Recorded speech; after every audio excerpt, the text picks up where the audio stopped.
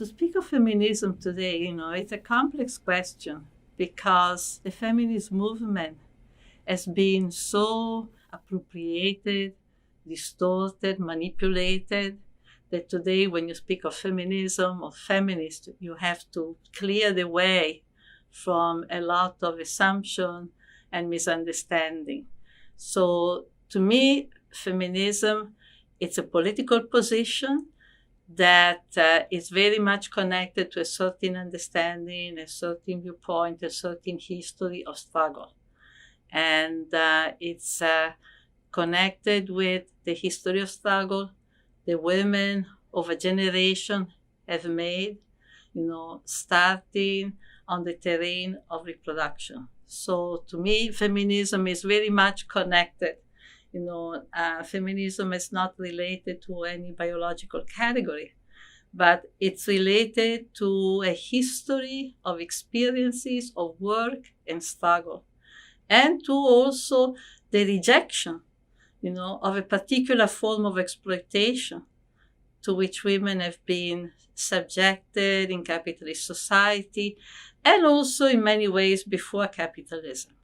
Right? So it expresses a particular type of struggle. It expresses also a vision of another type of society, a type of society that is not based on the exploitation of human labor, is not based on the construction of hierarchy, like gender hierarchy, racial hierarchy, and of the recuperation of our relationship with the natural world, with animals, with other people. For me, feminism is embedded, particularly what we call popular feminism, in the kind of struggles that we see in many parts of the world, and certainly in the American continent, certainly all through the South, where women are in the front line, in the struggle against land expropriation, land privatization. So to me, this is what feminism means. I've been very critical. I think it's very important today to fight against this other conception of feminism, which is basically women having a piece of the pie. So this feminism that has been what I call state feminism or United Nations feminism, that has been used and manipulated, to give women a kind of illusion that the system is concerned with their well-being and is concerned with giving them a place. And in reality, has used feminism and the whole idea of emancipation through labor to basically, integrate, women into the machine, the capitalist work machine, exploiting the desire for autonomy to basically extract a huge, immense amount of cheap labor and recruiting women in millions and millions of maquilas, in millions and millions of factories and cheap work that in fact are destroying women's life and women's soul.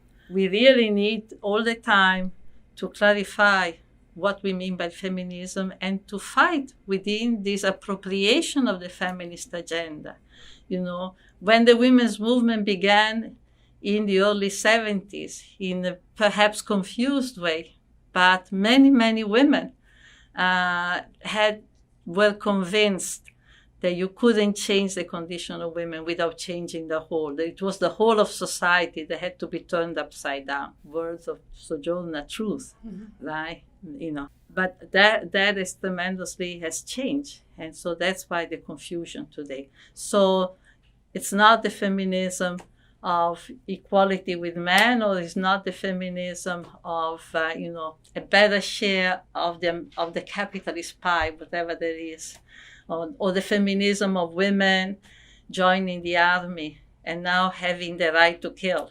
I still am very optimistic. I think that there is another feminism that is still very strong and very alive. And we saw it in the 8th of March in places like Spain or Argentina, where millions of women had gone into the street saying "Ni una mena," no to the violence against women. And these demonstrations were very impressive because they were very intergenerational. I saw a lot of young women and older women, and in Latin America also very multinational. I think for the first time, a lot of Mapuche women. There is a feminist movement that is now very multinational.